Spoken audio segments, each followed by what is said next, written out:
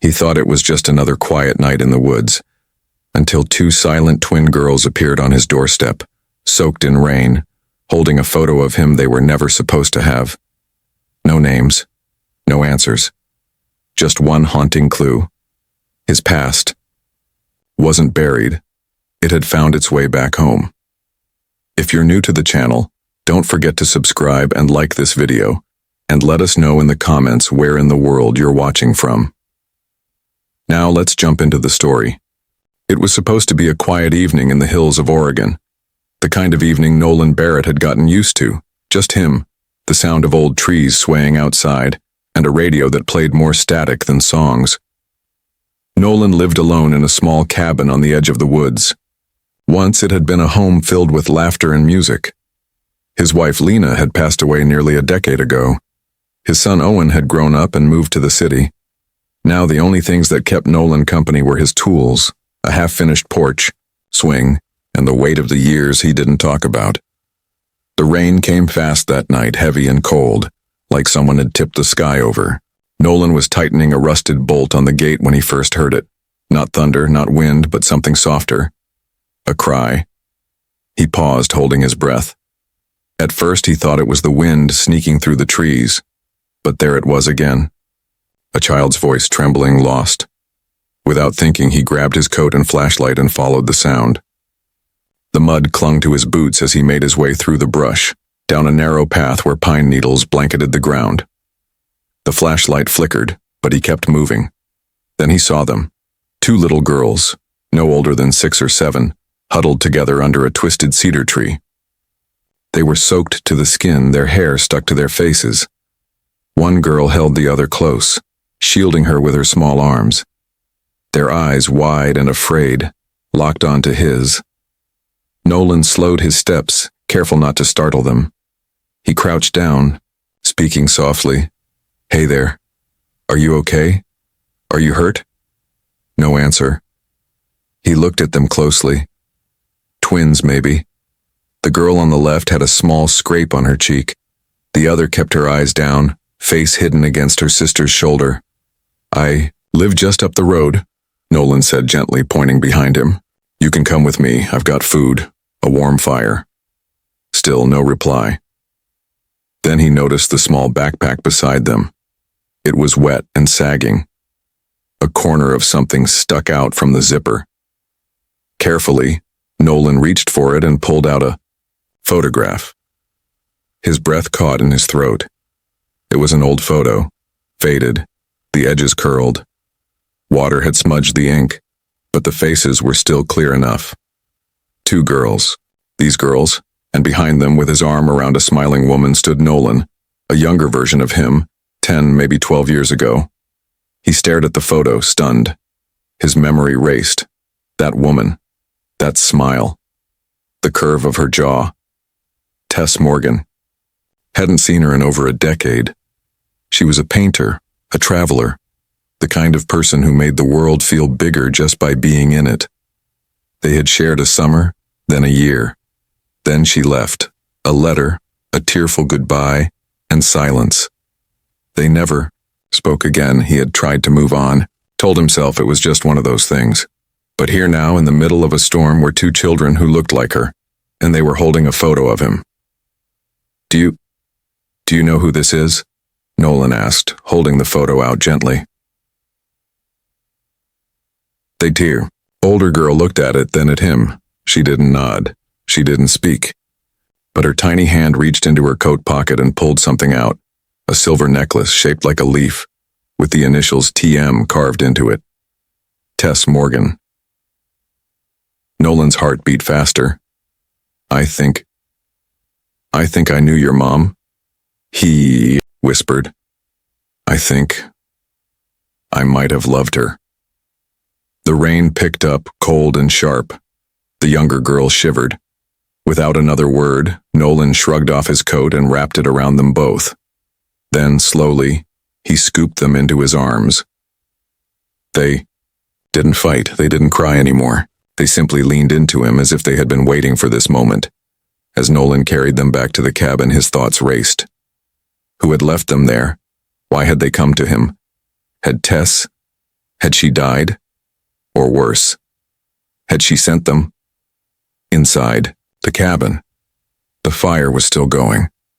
Nolan placed the girls on the worn-out couch, wrapped them in blankets, and made them soup. They ate quietly, eyes never leaving his. Finally, just before the fire died down, the older girl looked at him and whispered the first words he had heard all night. "She said you'd find us." Nolan sat back, stunned.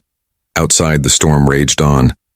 But inside, something new had started, a story he didn't see coming, a past he thought was gone, and maybe, just maybe, a second chance.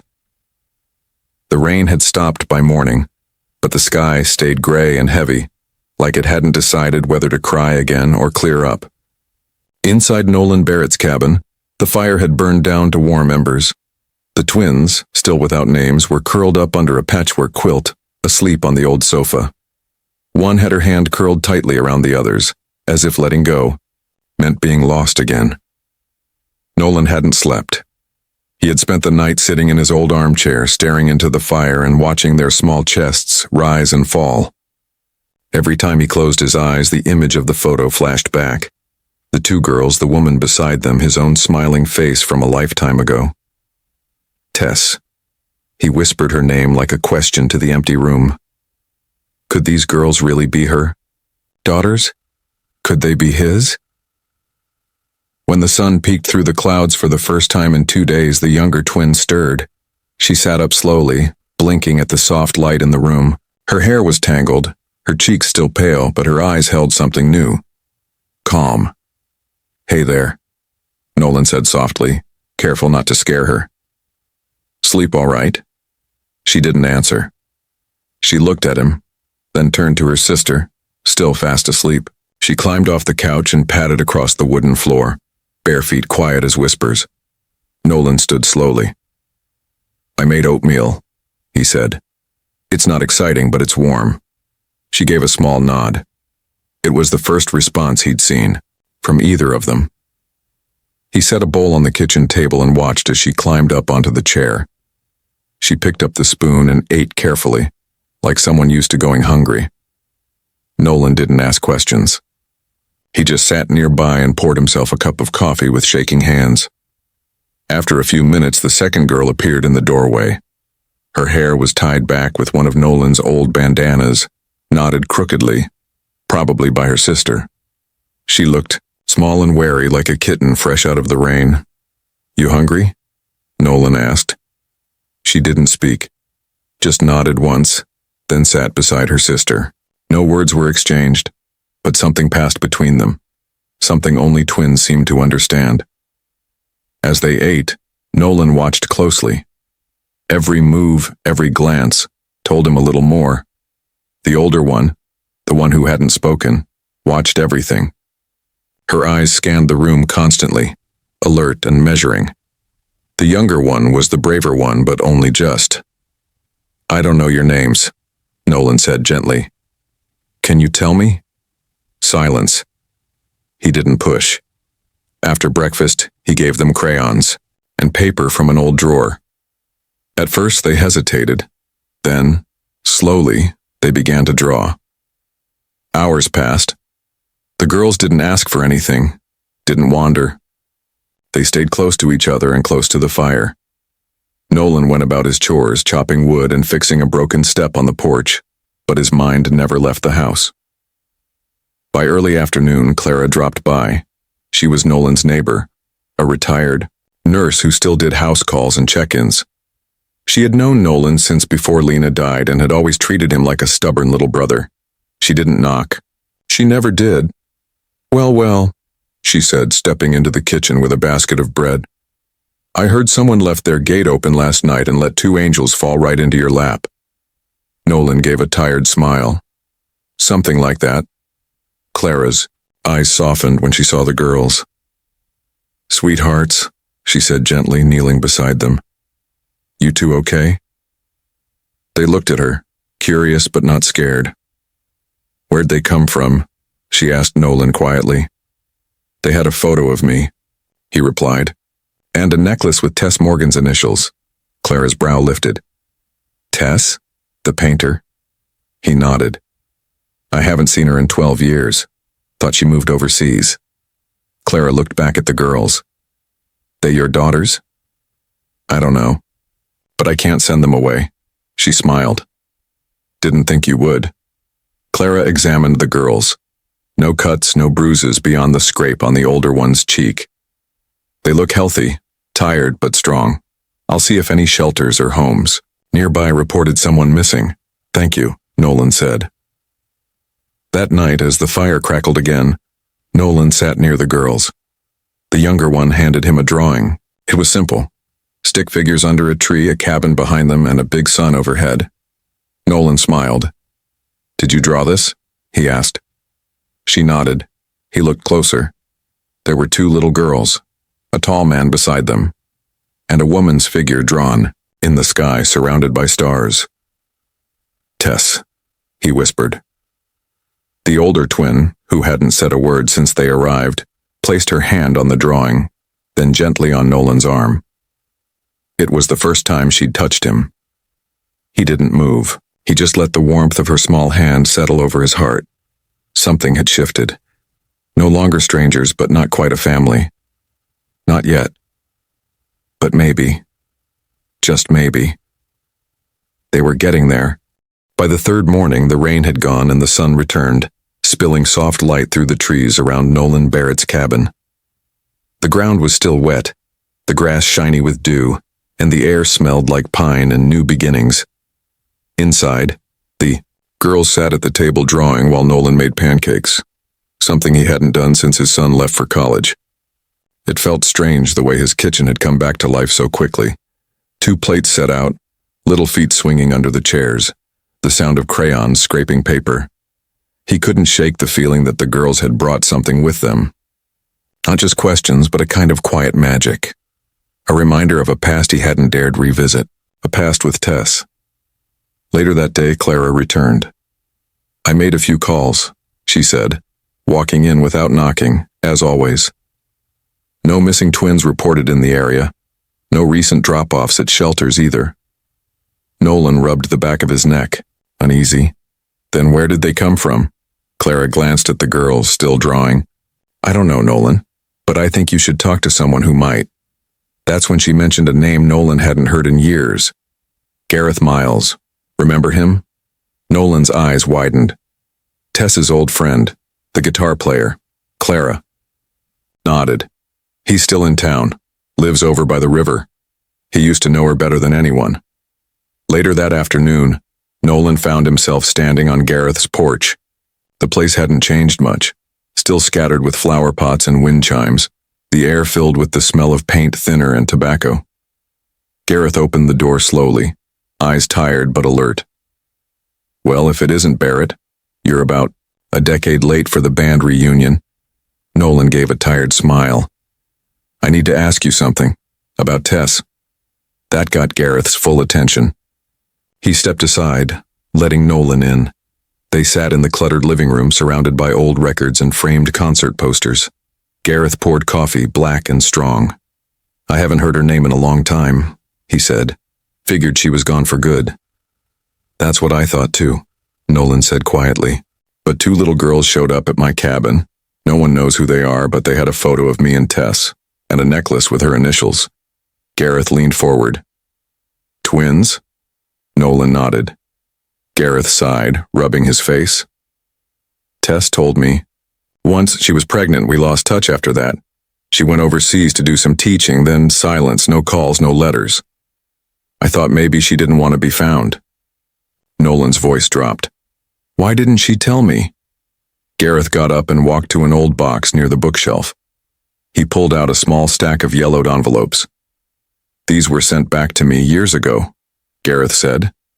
She'd written them, but I think she never found the courage to mail them. One of them's for you. Nolan took the letter in his hands. It was wrinkled, soft from age, and the handwriting was familiar. He read the words slowly, eyes stinging as he saw his name in, her voice. Nolan, if you ever read this, I hope it's because I found a way to be brave. I wanted to tell you about the girls, your girls. But life got complicated. I didn't want to bring them into something uncertain. I didn't want to bring you into it either. I never stopped loving you, I just couldn't find the way back. Tess, Nolan closed his eyes, the letter shaking in his hands. She had twins, Gareth said softly. She called them Iris and June. Said they reminded her of sunlight and music. Nolan nodded slowly. They're with me now, at the cabin, but they won't say much. One barely speaks at all. Gareth looked thoughtful. Maybe they don't need words. Maybe they came to find what she couldn't bring herself to give you. When Nolan returned home, the girls were asleep on the couch, a new drawing between them. He picked it up and studied it. This one was different. It showed a man, two girls, and a woman floating in the sky, holding a star. In the corner, drawn with surprising care, was a guitar with 3 hearts around it. Nolan sat beside them and whispered, I think I knew your mom, and I think she wanted us to find each other. He looked toward the quiet woods outside the window. Something inside him had changed. It wasn't just about answers anymore. It was about connection. A silent bond had formed, not by blood or paper, but through something older, something stronger. And he wasn't about to let go of it. The morning light crept across the cabin floor like a soft hand, reaching toward the 2 girls still asleep on the couch. Nolan Barrett sat in his chair nearby, his eyes heavy from a night with no sleep. On the small table beside him lay the letter from Tess, the one Gareth had given him, the one that changed everything.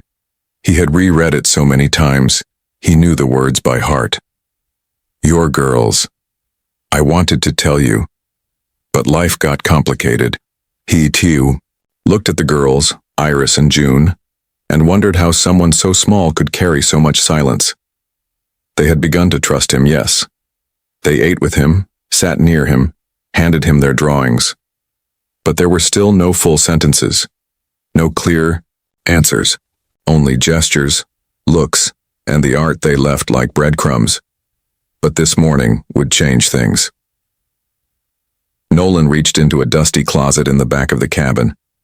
He hadn't touched the old guitar case in years. After his wife passed, he'd packed it away, convinced music belonged to a part of his life he couldn't get back. Today, though, he brought it out. The guitar was still there, scratched, dull, but whole. When he strummed the first chord, it came out soft and broken, like a voice waking up after years of silence. And that's when it happened. From the couch, one of the girls stirred. It was June, the quieter one, the one who hadn't spoken at all. She sat up slowly, her head tilted, eyes wide. She didn't say anything, but her expression changed. She knew that sound. Somehow, she knew it. Nolan kept strumming, letting his fingers remember old paths. He played the melody Tess used to hum on warm summer nights, a song they'd written together on the back porch when they still believed in forever. June stood, walked across the room and placed her tiny hand on the guitar. Not on the strings, but on the wood, right over his heart. Nolan stopped playing. She looked up at him with glassy eyes. Her lips parted, not for words, but for a single sound, a hum, a small, unsure note. But it was music, from her. The girl who hadn't made a sound since she arrived was now humming along with a tune that only someone who knew Tess would remember. Nolan blinked back the tears, afraid to move, afraid to break the moment. Then Iris woke up.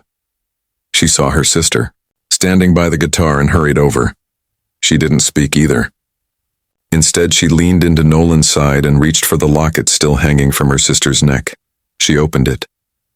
Inside were the tiny faded initials, TM Tess Morgan. Nolan said softly, "Your mother." She sang this song, the girls didn't reply, but June nodded. Then she did something unexpected. She reached into her little backpack and pulled out another drawing. This one was of a woman in a wheelchair, her hair tied back, with 2 girls sitting beside her on a bench. Behind them, a man stood with a guitar. Below the drawing, in shaky handwriting, were the words, "Mom remembers you when you sing." Nolan's chest tightened. He looked at the girls. "She's alive?" Iris reached into her coat pocket and handed him something folded, a paper, damp and worn. It was a brochure for a care facility in Washington, handwritten across the front in blue crayon, Marina Waters, room 12. It hit him like a wave. He had once heard that name in passing. Marina Waters, a woman with no ID, found after an accident overseas, taken to a private care home. No records, no visitors, only drawings, only silence. But what if that was Tess? What if her memory had gone quiet, like a song with no words? He packed a small bag and took the girls with him. He called Clara, and she agreed to meet them in Washington. She would help with the paperwork, with the introductions. She always did. When they arrived at the center, the air was soft with lavender and the halls were quiet. A nurse led them to room 12. "She doesn't remember much," the nurse said gently, "but she draws. Faces, places, children." Nolan stepped inside, holding the guitar. Tess, now called Marina, sat by the window sketching. Her hair had gray in it now, her frame thinner, but her face still carried that peaceful focus he had loved. He knelt slowly beside her. "Tess," he said softly. She didn't look up. He took the guitar and began to play. The same song. Slow. Gentle, just like before. Tess paused. Her pencil slipped from her hand. She turned her head, eyes confused but searching. "I know that sound," she whispered. Nolan smiled through tears. "I've been waiting to play it for you." She stared at him for a long time. Then slowly, like light returning to a room, she whispered, "Nolan?" The girls stepped forward, clutching each other's hands. Tess looked at them, and the memory came back. Not all at once, but enough. Enough to know they were hers. Enough to cry, to smile, to hold out her arms. They rushed to her. The nurse stepped out, tears in her eyes. Inside that quiet room, a family came back together. Not by chance, but by a song. A song she remembered. And one she never forgot again.